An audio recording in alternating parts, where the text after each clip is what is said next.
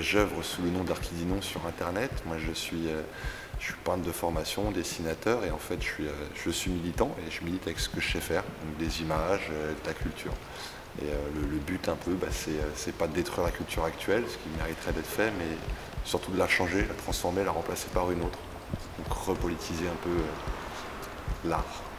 Archidinon, à la base, c'était un besoin de révolte en fait. Je suis comme beaucoup de dessinateurs très souvent sur Internet. En allant sur Internet fréquemment, je me suis rendu compte qu'il y avait énormément de choses qu'on ne voyait pas à la télévision. Là-dessus, je me suis dit, il y a un gros souci d'information. J'ai posté sur pas mal de forums de graphistes la question, est-ce qu'on n'a pas une responsabilité en tant que créateur de culture, arrêter de bosser pour Coca et pour des billets, essayer de remettre des convictions dans ce qu'on fait. J'ai pas eu de réponse. Ça a intéressé vraiment personne.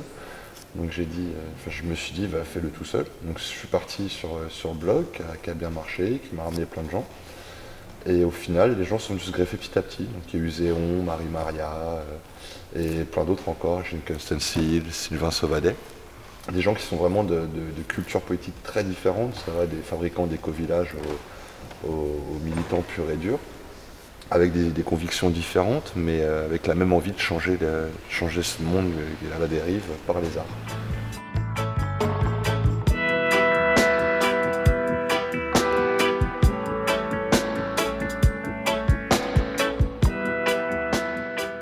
Après, le but il est simple, on est tous conscients qu'il y a des gens dehors et des locaux qui sont vides. Donc nous on lutte contre le gâchis, on récupère ces lieux, on les réaménage, on n'est pas là pour détruire, bien au contraire, on les remet en bon état. Ça permet de faire des habitations et des lieux de création et d'exposition. C'est pas voler des gens, c'est lutter contre le gâchis. Si là, à un endroit où il n'y a rien, il y a du vide, et on y va et le lieu est occupé. Et en général, les gens sont de plus en plus, que ce soit les propriétaires ou les voisins, accueillent de mieux en mieux cette démarche-là. Et puis on fait beaucoup d'activités avec les jeunes des quartiers, avec les associations, avec tout ce qui est associatif. Et puis ça nous permet aussi quelque chose qui est important, moi, pour le domaine artistique, c'est de permettre de... Moi, je suis fâché par les galeries d'art et les trucs qu'elles pratiquent. Et je trouve que ça rend l'art vraiment pour les élites uniquement. Si on n'a pas énormément de fric, aujourd'hui, de nos jours, on ne peut pas acheter un tableau original ou un beau dessin ou une belle photo. Donc en fait, les galeries d'art prennent 50%, ce que peu de gens savent.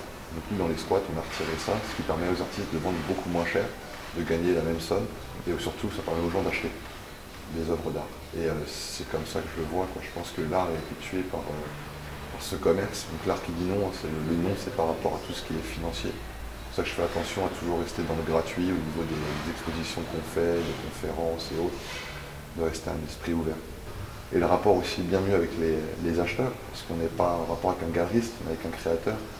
Donc les gens oublient un peu qu'acheter une œuvre d'art, c'était pas acheter un objet, mais c'est aussi permettre à un artiste de continuer son œuvre. Quand on achète une œuvre d'art, c'est pas un papier qu'on achète, on donne du temps à l'artiste de continuer sa recherche culturelle.